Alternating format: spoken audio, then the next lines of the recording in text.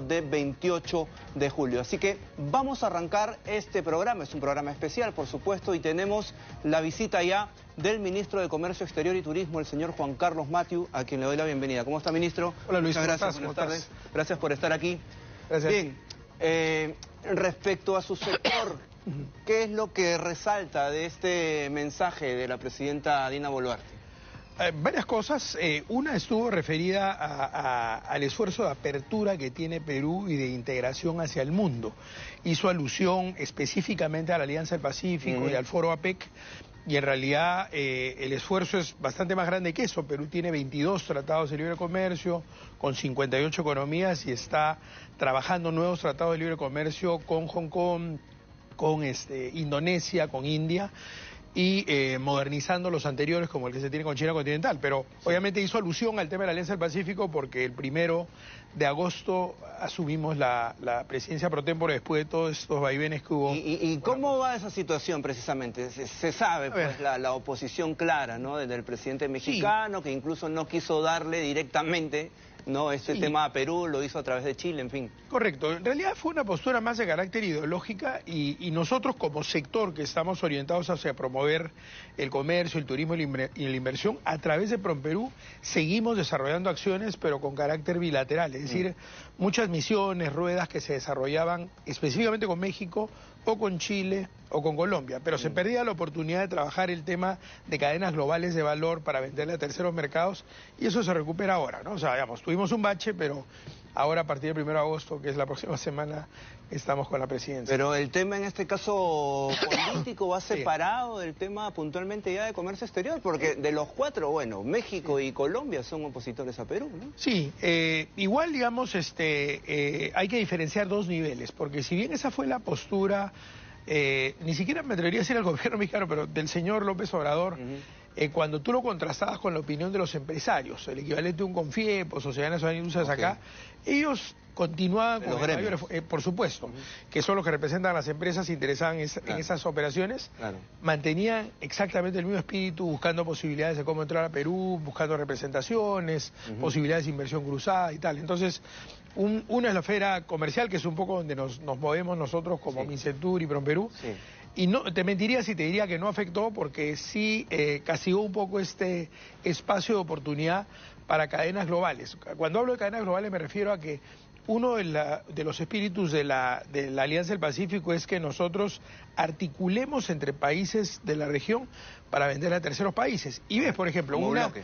Exacto, y si tuvieras un polo, diría muy probablemente es un polo peruano, somos muy buenos en punto, y una camisa que es un tejido plano, normalmente es una fortaleza que tiene más Colombia que Perú.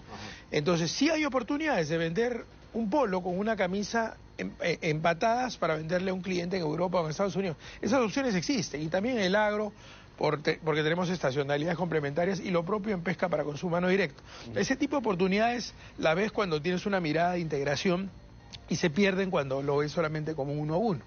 Entonces, si bien nosotros hemos seguido explotando esa relación comercial con cada uno, se enturbió un poco el panorama para las otras iniciativas más de cadenas globales de valor.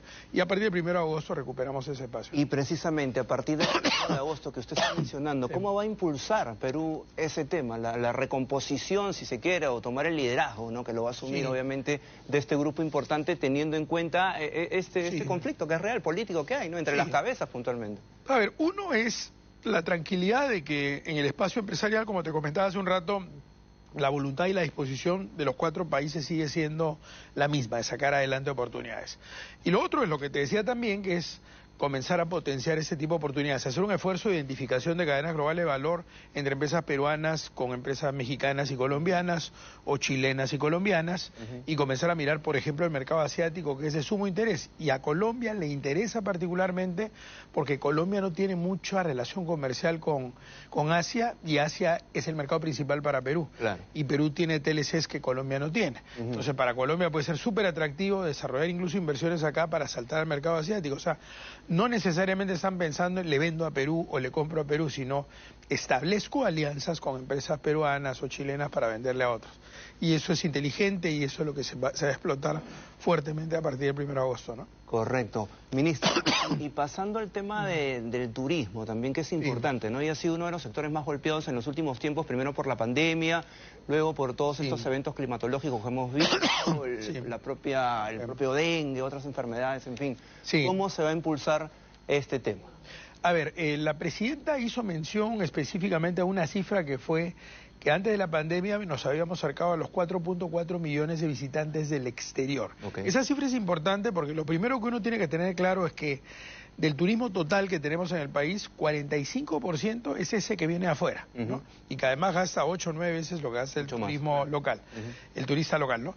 Y el turismo interno, 55%. Con respecto al de afuera, redondeando la respuesta que te comenzaba a dar, hemos llegado el año pasado a 2 millones. Y este año, con todo lo que tú señalaste, justo, las protestas, el dengue, el niño, el yacu, el Yulia Marré, la crisis migratoria, y más aún teniendo en cuenta que los dos proveedores de turistas del exterior más importantes son Estados Unidos y Chile, y los dos se vieron fuertemente afectados. Es decir, en Estados Unidos nos pusieron en warning, en advertencia para que no vengan a Perú, y en Chile se bloqueó por la crisis migratoria. Entonces, como comprenderás, arrancamos, como siempre digo, el partido 2 o 3-0 en contra, ¿no?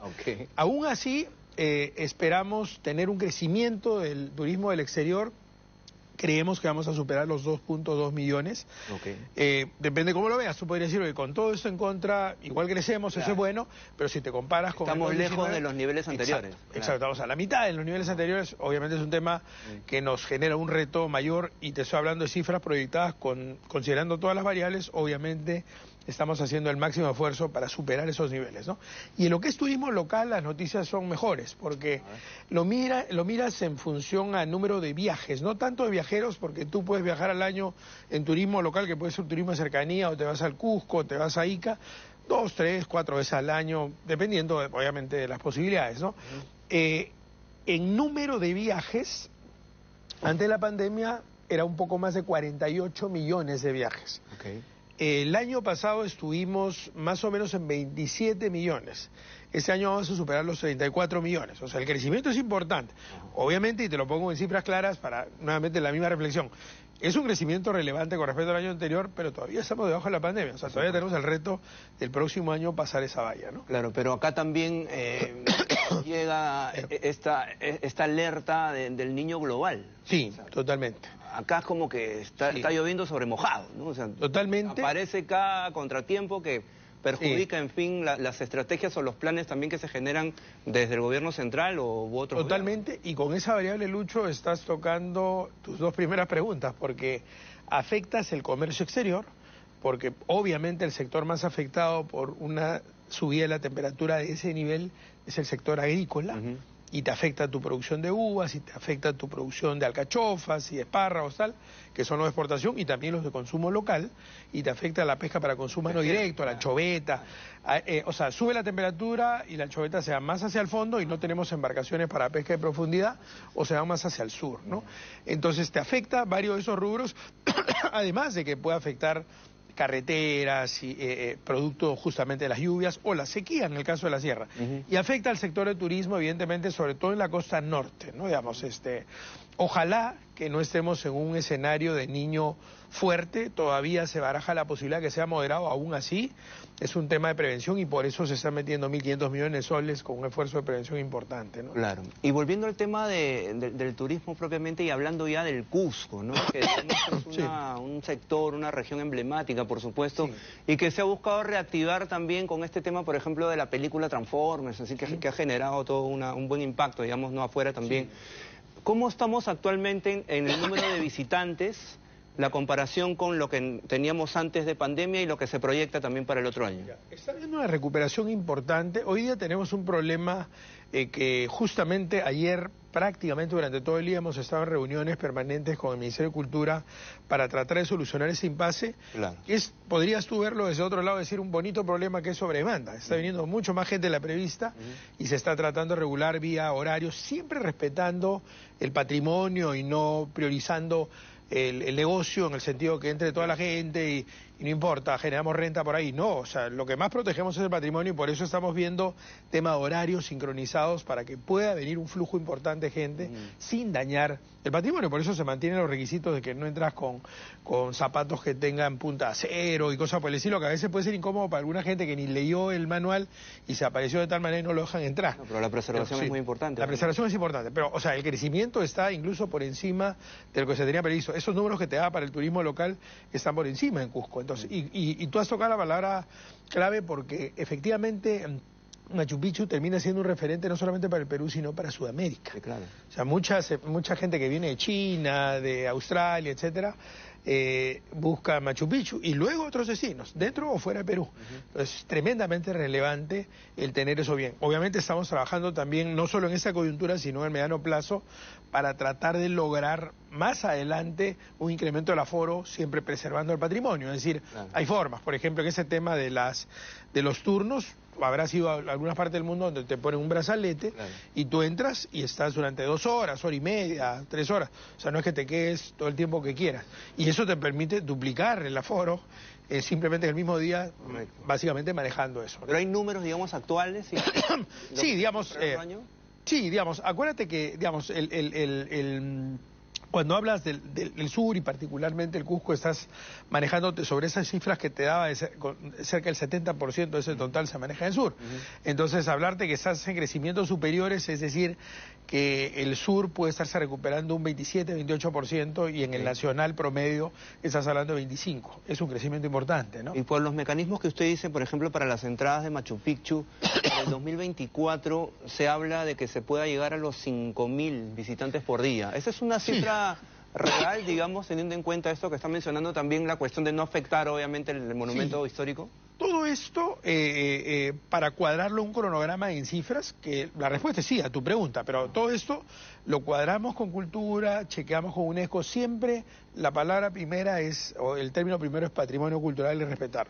Y luego ver cómo generamos una oportunidad de turismo importante a partir de ese respeto. Entonces, considerando eso y las variables que te digo, además de otras, hemos explorado iniciativas que prefiero no mencionarlas porque de repente asustan a medio ambiente porque tiene que ver con iluminaciones y tal, pero obviamente estamos mirando todos los efectos que eso puede tener para ver si funciona o no funciona. De ninguna manera se nos ocurre la idea y lo implementamos, sino lo validamos desde todos los ampliar el horario de claro, que eso, ponte a ver en una visita nocturna lo atractivo que sería un Cusco en un concierto de noche, te aseguro que sería un atractivo mundial. Pero eso es algo, una iniciativa de ustedes que ya está conversada con cultura, con otros sectores. Planteada en evaluación en dos sentidos. Uno, lo primero es que no se dañe la flora y la fauna, y más bien, más que observación de cultura, es el medio ambiente y tiene todo el sentido del caso. Por lo tanto, estamos explorando desde el punto de vista tecnológico si hay manera de poner luz sin que genere un daño, y la tecnología ha avanzado mucho como para poder considerar eso como una opción. ¿Pero esta es propuesta de ustedes? Sí, es propuesta nuestra a evaluar. Siempre ponemos propuestas sobre la mesa a conversar. Me estoy adelantando contigo a algo ¿Y qué dice el... La primera observación fue esa. La primera observación fue esa. Ojo con el tema de flora y fauna, y es lo primero que estamos considerando. Y obviamente siempre existe la posibilidad de que mirando todos los ángulos no sea viable, y lo dejaremos de lado y seguiremos viendo el tema de brazaletes u otros mecanismos. Lo importante es que conversamos entre las distintas áreas del Ejecutivo y, por supuesto, y de manera permanente, con el sector privado. O sea, son nuestros aliados para todo, incluso para las campañas de ahora, de estas fiestas patrias que pensamos batir un récord. Eso es porque se han puesto de acuerdo 300 operadores en todo el país con descuentos espectaculares que están haciendo que la gente se mueva. Hoy día, mientras estamos nosotros acá, la gente se está moviendo a distintos puntos del país, en turismo de cercanía o más lejos, ¿no? Entonces, todo eso lo hacemos articulando entre nosotros como actores del Estado, pero siempre de la mano con el sector privado acá y en cada una de las regiones donde operamos, ¿no? Ministro, para cerrar el tema de Machu Picchu y luego ir por este tema de fin de semana largo, este problema que se generó con las entradas hace poco, yo sé que es un tema compartido con cultura, ¿no? Sí. Hablaban de operadores que son informales. ¿Cuál es el kit ahí, el punto? La informalidad, digamos, si Perú es un país informal y estamos sobre el 75%, en el caso de turismo puede ser aún más alto, puede llegar a cerca del 80% de informalidad. Por lo tanto, eso es una amenaza que tienes permanentemente. Lo que ha pasado en el Cusco es un tema de sobredemanda, por eso te digo, a veces puede ser un bonito problema Y no, que no se tome mal, es un problema y es un problema a resolver, pero un bonito problema en el sentido, prefiero que sea sobre demanda, que no haya nadie parado esperando en el Cusco, ¿no? Pero obviamente a ese turista no lo puedes maltratar, no lo puedes tener haciendo colas, pidiéndole documentos, yendo a la comisaría, que hasta el simple hecho de decir comisaría suena, oye, ¿qué me está pasando acá? Entonces, ayer hemos estado todo el día con Cultura, con equipo de trabajo, planteando un comunicado que ya salió además a las 7 de la mañana, que ya se socializó con los gremios privados, y hoy día miras imágenes y el tema está en proceso de corrección como lo esperamos. Y obviamente eso nos lleva a pensar hacia adelante, porque tú tocaste incluso el tema de Transformers y podríamos mencionar varios de los esfuerzos promocionales que estamos haciendo que explicarán cómo el 2024 puede ser un año muy bueno para el turismo y para el comercio exterior. Entonces, si va a haber ese flujo, tenemos que estar por el lado de la oferta preparados. Por lo tanto, esos temas, bueno que salgan como alerta para resolverlos y para mirar a mediano plazo también, ¿no? Correcto. Y ahora sí, sobre el tema de lo que se espera precisamente para este feriado largo, ¿no? La gente que va a salir, que va a hacer turismo, va a visitar diversos puntos del país, ¿qué es lo que estiman en ese sentido? No solamente en la cantidad de viajes o de gente que pueda salir, sino en el tema también económico, ¿no? Es un buen punto. O sea, obviamente la presidenta no lo mencionó porque dice que fue un discurso amplio y creo que era necesario que fuera... 3 horas con 6 minutos. Nunca, creo que ha sido el más largo de todos, pero... El más largo de la historia, creo. Sí, creo que el más largo de la historia, pero piensa que al haberse restringido los presupuestos publicitarios en el año anterior, muchos sectores que han venido trabajando durísimo no han tenido mucho espacio de difusión de lo que hacían. Entonces la presidenta ha tratado de comunicar todo lo posible de lo mucho que se está haciendo, y ese es el lado positivo de que haya sido tan largo, ¿no? Pero obviamente ya no entró esos pormenores. El pormenor, por ejemplo, que es a lo que da tu pregunta, es que en ese 28 de julio, en ese feriado en el que estamos ya, calculamos que podemos superar, aún con todas las variables, y con todas las amenazas y cosas, 1.400.000 viajeros. Eso es importante. ¿Solo en estos días? Solo en estos días. Y estoy respondiendo a tu pregunta de movimiento económico, eso se acerca a los 180 millones de dólares de movimiento económico. Eso es importante.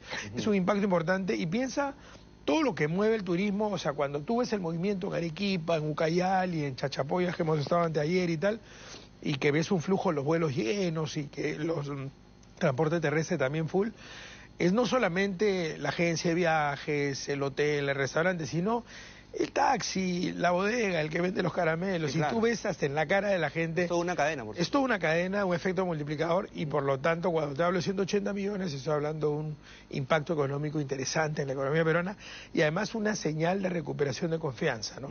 Con todo lo que hemos vivido, con todas las variables, la gente tiene la confianza de salir, y encima todo el esfuerzo que se ha hecho justo en este mes en particular por refuerzo del tema de seguridad.